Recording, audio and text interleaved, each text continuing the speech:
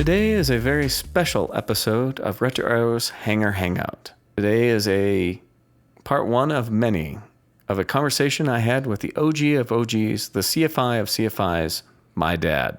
My dad was a CFI during the 1960s and 70s, and he has amazing stories to tell and amazing aha moments. So we hope you enjoy this interview.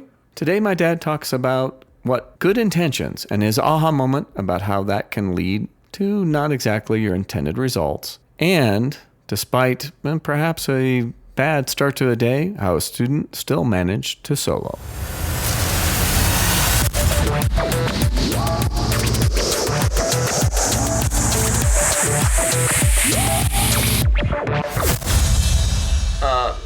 Dad, just you when you first started flying, you told me about Gunther.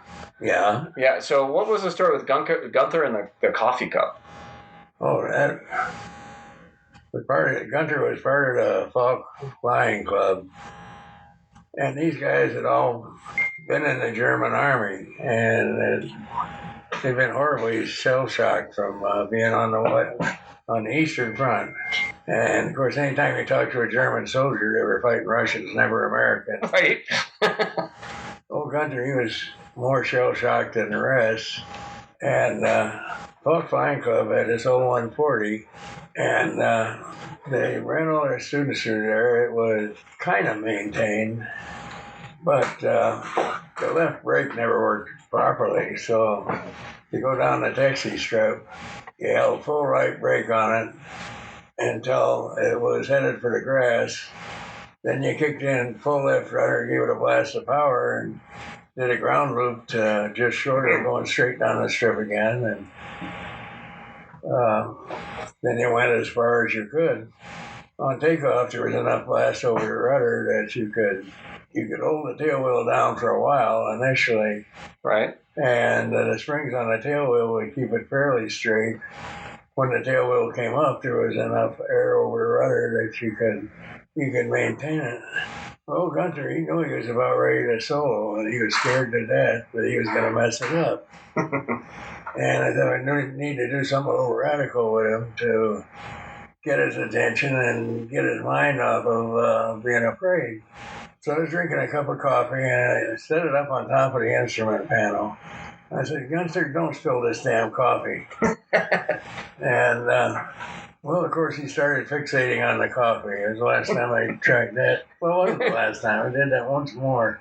But we took off, and he put the full power to it, and you could feel it pulling off to the left, and he's watching that coffee cup all the while. And finally, he kicked over full rudder. Well, when he did that, we were going 90 degrees to the runway. And there was a big ditch there. And rather than cutting the power, I knew if I cut the power that we'd be nose up in the ditch. So I left the full power on it. And it bounced down, bounced through the ditch, bounced up in the air. I lowered the nose to just keep it in ground effect. And the darn thing started flying. So off we went. There were a couple of hangars there. And there were airplanes in both of the hangars, so I couldn't fly through the hangar. You were considering flying through hangars? Yeah. Jeez. Which, not good. So I wound up flying between the hangars, looking up at the rain gutters and that were below the level of the roof. And Gunther was just petrified when that happened. And I brought it up, put it in a pattern, and came around and landed it. And pulled back on the taxi strip, and Gunther, he was just a nervous wreck.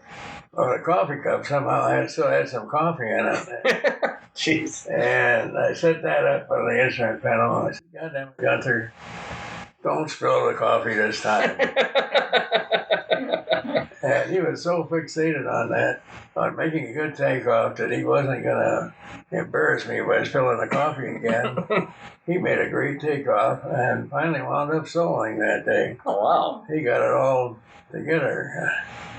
Meantime, I convinced him that and students always bought their instructor a bottle of the finest booze when they sold. Right. And by golly, it wasn't a few hours after, here come Gunther with a bottle of Osbach Urat, the finest finest brandy that comes out of Germany. And enjoyed that very much later on and retelling the story. I bet. Gunther went on to stay with the Flying Club, and he got his private license, and he kind of dropped out at that point. He didn't want to keep going. It was just kind of too stressful, but he did all right. And it was that shell shock that got to him that would take over. I don't know how you make that go away. I don't know. So, well, at least he got through private, right? He got through his private. Solo. Yeah, through solo and everything.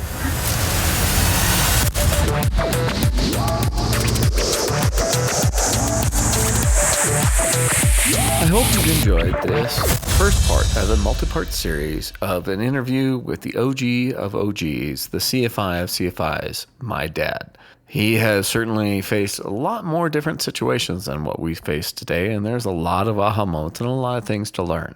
They say the apple doesn't fall far from the tree, and in this case, it's very much true. So for all the wisdom and all the advice that I have to give, it certainly has come from a good source. And I hope you've enjoyed this time and interview. There'll be more in the future, and we look forward to seeing you then. So we'll sign off with the credo that we say at the end of every one of our hangar hangouts. Here's to airspeed, altitude, and ideas, and always having 2 out of 3.